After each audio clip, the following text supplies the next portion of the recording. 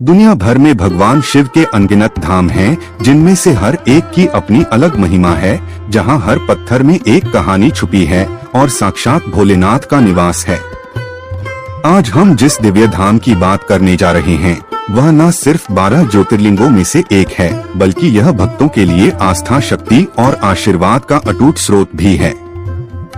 आज के वीडियो में हम इस पवित्र स्थान के बारे में विस्तार से जानेंगे और साथ ही साथ इसकी पौराणिक कथाओं, स्थापत्य कला और अनोखी परंपराओं के बारे में भी जानेंगे।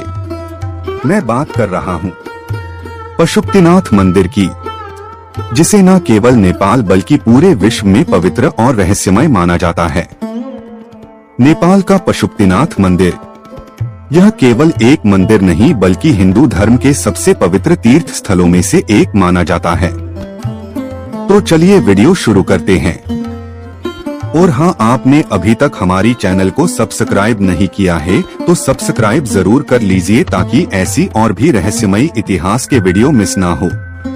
वीडियो को बिना स्किप किए अंत तक जरूर देखिएगा। सबसे पहले आइए इस मंदिर के इतिहास को जानते हैं। शिव के एक रूप पशुपति को समर्पित यह हिंदू मंदिर बागमती नदी के पास नेपाल के काठमांडू में स्थित है। इस मंदिर को 1979 में विश्व धरोहर स्थल के रूप में वर्गीकृत किया गया था। यह विस्तृत हिंदू मंदिर परिसर पवित्र बागमती नदी के किनारे सदियों से बने मंदिरों, आश्रमों, चित्रों और शिलालेखों का एक विशाल संग्रह है और यूनेस्को द्वारा काठमांडू घाटी के नामकरण में 7 स्मारक समूहों में से एक है। पशुपतिनाथ मंदिर काठमांडू का सबसे पुराना हिंदू मंदिर है। इस मंदिर की उत्पत्ति पूर्व वैदिक काल की मानी जाती है और नेपाल महात्म्य और स्कंद पुराण के हिव खंड के अनुसार यहाँ के देवता ने पशुपति के रूप में बहुत प्रसिद्ध प्राप्त की थी। पशुपतिनाथ मंदिर का अस्तित्व 400 ईसा पूर्व के रूप में दर्ज है। यहाँ आलोक पशुपतिनाथ का मंदिर कैसे अस्तित्व में आया, इसका वर्णन करने वाली कई किंवदंतियां हैं। एक किंवदंती कहती है कि यहाँ मौजूद शिवलिंग के बारे में कहा जाता है कि यह स्वयं प्रकट हुआ था। लेकिन क्या आपको पता है इस शिवलिंग के प्रकट होने की कहानी क्या है और यहाँ पर जो चमत्कार होते हैं वो क्यों इतने प्रसिद्ध हैं?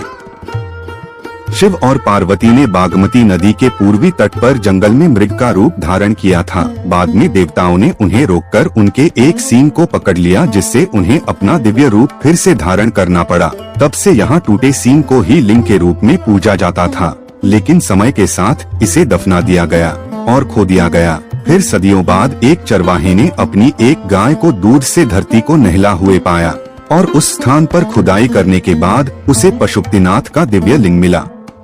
गोपाल राज आलोक वट के अनुसार मंदिर का निर्माण लिच्छवी राजा प्रचंड देव ने करवाया था। एक अन्य इतिहास में कहा गया है कि पशुपतिनाथ मंदिर लिंग के आकार के देवालय के रूप में था।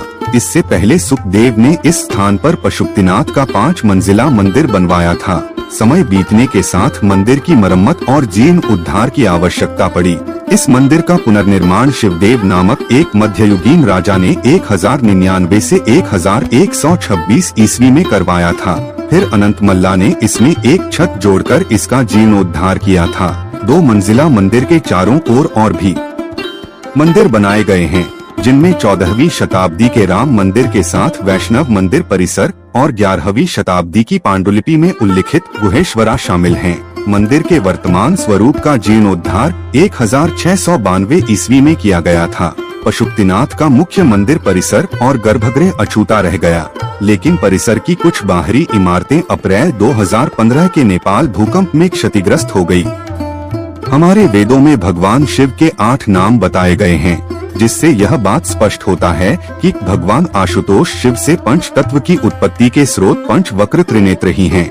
श्री पशुपति नाम ही एकमात्र यजमान मूर्ति और पूजनीय है, बाकी की सब प्रतीकात्मक हैं। नेपाल महात्म्य और हिव खंड पर आधारित स्थानीय कथा के अनुसार भगवान शिव एक बार वाराणसी के अन्य देवताओं को छोड़कर बागमती नदी के किनारे स्थित मृगस्थली चले आए, जो बागमती नदी के दूसरे किनारे पर जंगल में है। भगवान शिव वहां पर चिंका का रूप धारण कर निद्रा में चले गए। जब देवताओं ने उन्हें खोजा और उन्हें वाराणसी वापस लाने का प्रयास किया तो उन्होंने नदी के दूसरे किनारे पर छलांग लगा दी। इस दौरान उनका सींग 4 टुकड़ों में टूट गया। इसके बाद भगवान पशुपति चतुर्मुख लिंग के रूप में प्रकट हुए। नेपाल के पशुपतिनाथ मंदिर को कुछ मायनों में तमाम मंदिरों में सबसे प्रमुख माना जाता है। पशुपति का अर्थ पशु यानी जीवन और पति मतलब स्वामी या मालिक अर्थात जीवन का मालिक अर्थात भगवान शिव ही हर एक जीवन के मालिक हैं। पशुपतिनाथ दरअसल 4 चेहरों वाला लिंग है। पूर्व दिशा की ओर वाले मुख को तत्पुरुष और पश्चिम की ओर वाले मुख को सजत कहते हैं। उत्तर दिशा की ओर देख रहा मुख वाम वेद है तो दक्षिण दिशा वाले मुख को अघोरा कहते हैं। यह चारों चेहरे तंत्र विद्या के 4 बुनियादी सिद्धांत हैं। कुछ लोग यह भी मानते हैं कि चारों वेदों के बुनियादी सिद्धांत भी यहीं से निकले हैं। माना जाता है कि यह लिंग वेद लिखे जाने से पहले ही स्थापित हो गया था और इससे कई पौराणिक कहानियां भी जुड़ी हुई हैं। इनमें से एक कहानी इस तरह है। महाभारत में कुरुक्षेत्र की लड़ाई के बाद अपने ही बंधुओं कौरव की हत्या करने की वजह से पांडव बेहद दुखी थे। उन्होंने अपने भाइयों और सगे संबंधियों को मारा था, जिसे गोवध कहते हैं। उनको अपनी करनी का पछतावा था। वे खुद को अपराधी महसूस कर रहे थे और खुद को इस दोष से मुक्त कराने के लिए वे शिव की खोज में निकल पड़े। भारत के उत्तराखंड राज्य में स्थित प्रसिद्ध केदारनाथ मंदिर की कथा के अनुसार पांडवों को स्वर्ग प्रयाण के समय बैल के स्वरूप में शिव के दर्शन हुए थे, जो बाद में धरती में समा गए, किंतु भीम ने उनकी पूंछ पकड़ ली थी। ऐसे में उस स्थान पर स्थापित उनका स्वरूप केदारनाथ कहलाया था। जहाँ पर धरती से बाहर उनका मुख प्रकट हुआ वह पशुपतिनाथ कहलाया। यह मंदिर हिंदू धर्म के 8 सबसे पवित्र स्थलों में से एक माना जाता है। भगवान शिव के पशुपति स्वरूप को समर्पित इस मंदिर में दर्शन के लिए हर साल लाखों की संख्या में भक्त यहाँ दर्शन के लिए आते हैं। इस मंदिर में भारतीय पुजारी की सबसे अधिक संख्या है। सदियों से यह परंपरा चलती आ रही है कि मंदिर में 4 पुजारी और एक मुख्य पुजारी दक्षिण भारत के ब्राह्मणों में से रखे जाते हैं।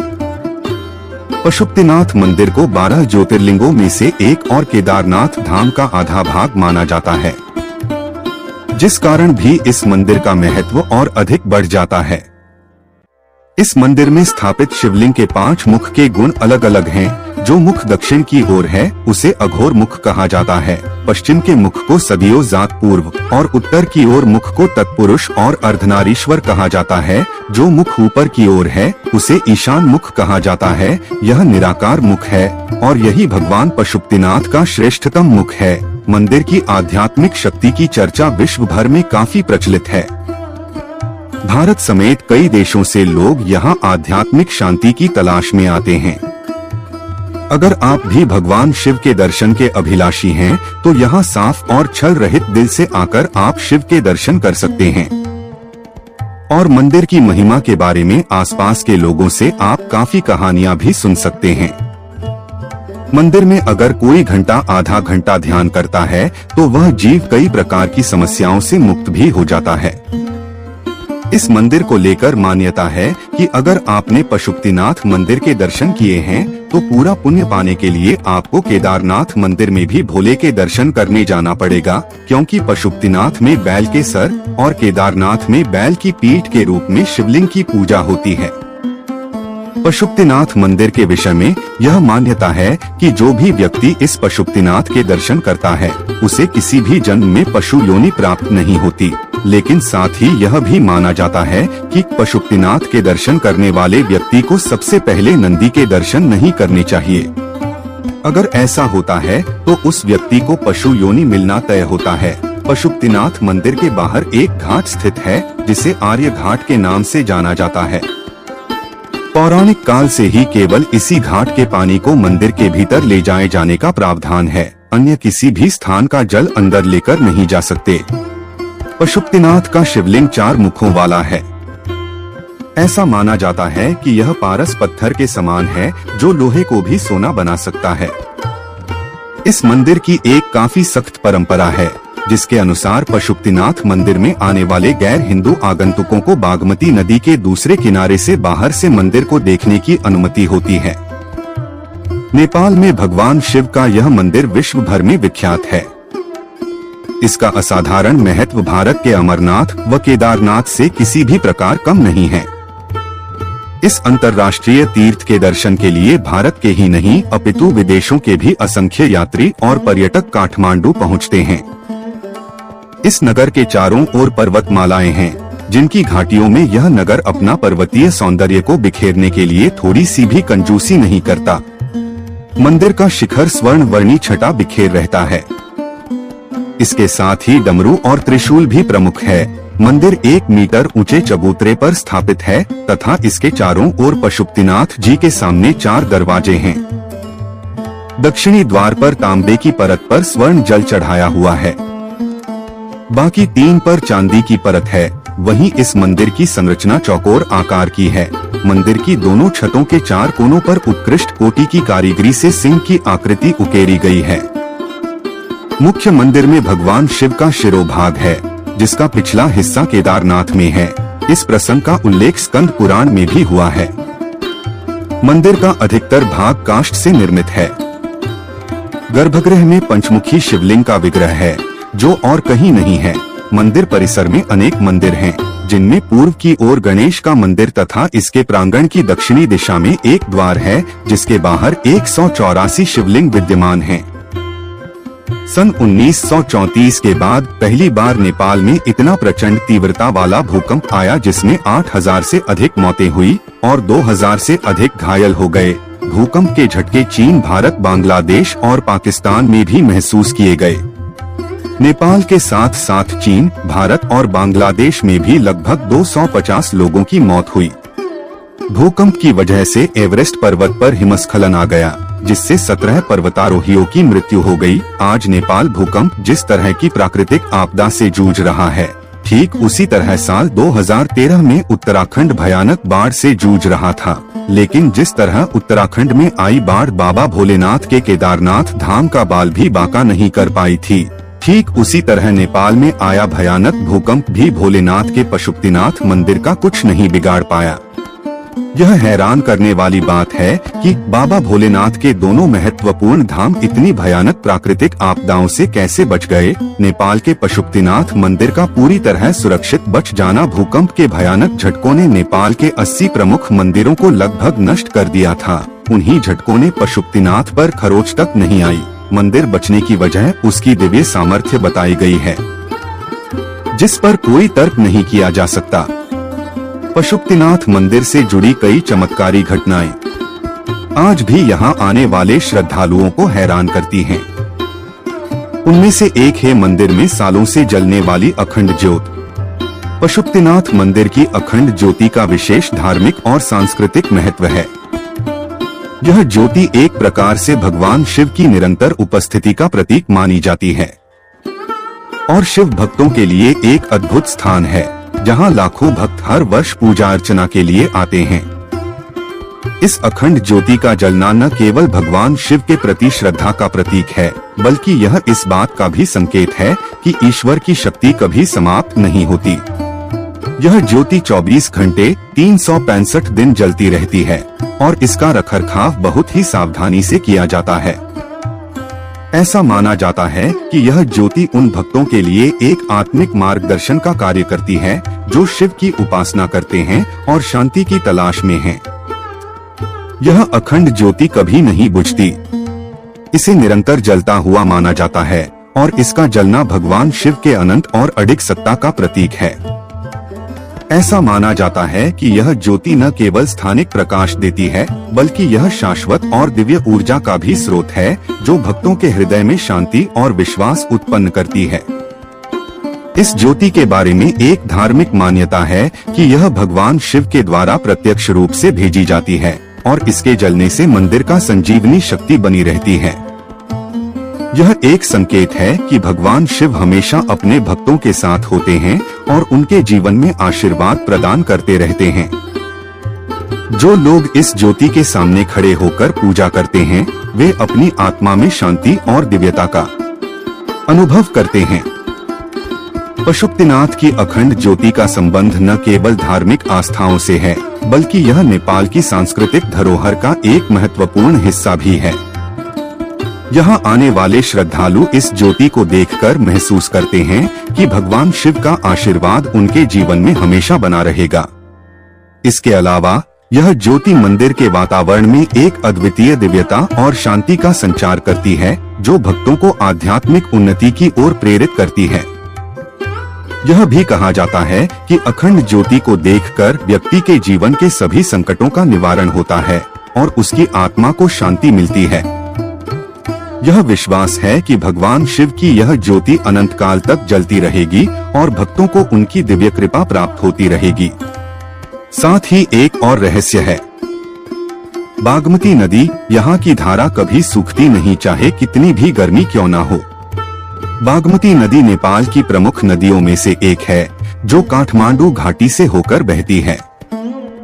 बागमती नदी काठमांडू घाटी की जीवन रेखा मानी जाती है। यह नदी धार्मिक दृष्टिकोण से अत्यंत महत्वपूर्ण मानी जाती है और इसके पानी को शुद्ध और पवित्र माना जाता है। बागमती नदी की धारा कभी भी पूरी तरह से सूखती नहीं है, चाहे इसका जलस्तर कभी बढ़ता हो या घटता हो। इसके कई कारण हैं। बागमती नदी का रास्ता काफी लंबा है, जो काठमांडू घाटी से निकलकर नेपाल के अन्य क्षेत्रों से होते हुए दक्षिण की ओर बहते हुए भारतीय राज्य बिहार में गंगा नदी में मिल जाती है। इसके जल स्रोत कई स्थानों से मिलते हैं, जैसे पर्वतीय झीलों और अन्य सहायक नदियों से। यही कारण है कि नदी में जल प्रवाह निरंतर बना रहता है और इसकी धारा सूखती नहीं है। इसके अलावा इस नदी में जल को इकट्ठा करने वाली कई सहायक नदियां भी हैं, जो इसे स्थिर रखती हैं।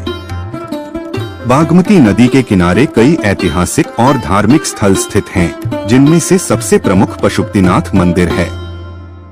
बागमती नदी के तट पर ही पशुपतिनाथ मंदिर स्थित है और यह नदी हिंदू धर्म के अनुयायियों के लिए एक पवित्र नदी मानी जाती है। कहा जाता है कि बागमती नदी का उल्लेख महाभारत और अन्य प्राचीन ग्रंथों में भी मिलता है, जहां इसे पवित्र नदी के रूप में पूजा जाता था। मंदिर के पुजारियों का कहना है कि जो भी श्रद्धालु सच्चे मन से यहाँ मन्नत मांगता है, उसकी हर इच्छा पूरी होती है। बागमती नदी का हिंदू धर्म में विशेष स्थान है और इसे धार्मिक दृष्टि से बहुत महत्व दिया जाता है। पुराणों और ग्रंथों के अनुसार बागमती नदी को पवित्र माना जाता है और इसे गंगा के समकक्ष माना गया है। कहा जाता है कि जब भगवान शिव ने पशुपतिनाथ रूप में धरती पर अवतार लिया, तब बागमती नदी का अवतरण भी हुआ था। बागमती नदी का पानी पवित्र होता है और इसे हिंदू धर्म में शुद्धि और पापों के नाश के लिए माना जाता है। बागमती नदी का संबंध हिंदू धर्म से गहरे रूप से जुड़ा हुआ है और यह नदी हिंदू धर्म के अनुयायियों के लिए एक पवित्र नदी मानी जाती है। कहा जाता है कि बागमती नदी का उल्लेख महाभारत और अन्य प्राचीन ग्रंथों में भी मिलता है, जहां इसे पवित्र नदी के रूप में पूजा जाता था। इस नदी का ऐतिहासिक और सांस्कृतिक महत्व बहुत गहरा है और नदी के तट पर शवदाह की प्रक्रिया, अंतिम संस्कार की जाती है और इसे भी हिंदू धर्म में पवित्र माना जाता है। बागमती नदी का पानी श्रद्धालुओं द्वारा शुद्धिकरण और तर्पण, पितरों की पूजा के लिए उपयोग किया जाता है। पशुपतिनाथ मंदिर और बागमती नदी का इतिहास धार्मिक, सांस्कृतिक और ऐतिहासिक दृष्टि से बहुत महत्वपूर्ण है। यह स्थान न केवल नेपाल में बल्कि हिंदू धर्म के अनुयायियों के लिए विश्व भर में एक पवित्र स्थल के रूप में प्रसिद्ध है। मंदिर में भगवान शिव की पूजा विशेष रूप से अर्धनारीश्वर रूप में होती है, जहां शिव और उनकी पत्नी पार्वती दोनों की उपस्थिति दर्शाई जाती है। पशुपतिनाथ मंदिर के शिवलिंग को लेकर कुछ वैज्ञानिक और ऐतिहासिक परिप्रेक्ष्य भी हैं। शिवलिंग का आकार, इसके निर्माण सामग्री और उसकी स्थिति के बारे में वैज्ञानिक अध्ययनों ने कई रोचक बातें उजागर की हैं। शिवलिंग के आकार और विशेष गुण इसे एक प्राकृतिक ऊर्जा केंद्र के रूप में भी देख सकते हैं। कई शोधकर्ताओं ने कहा है कि इस क्षेत्र में एक प्रकार की आध्यात्मिक ऊर्जा विद्यमान है, जो मानसिक शांति और ध्यान की अवस्था को उत्पन्न करती है।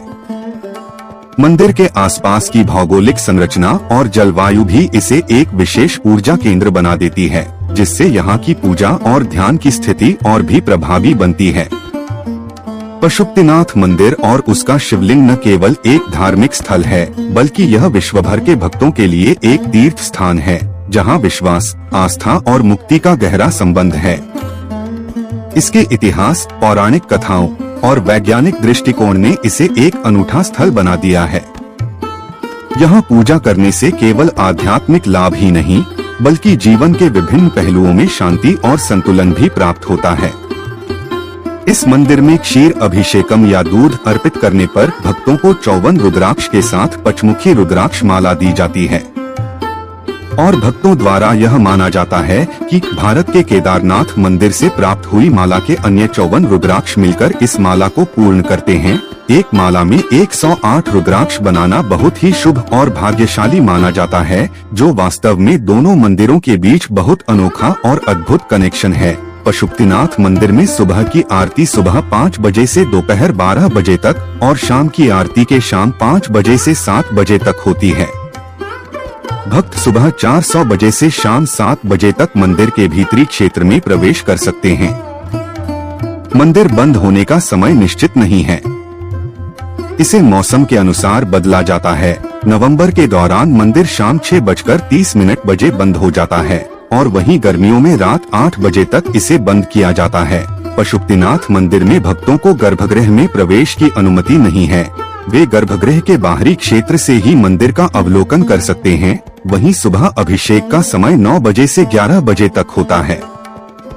अभिषेक के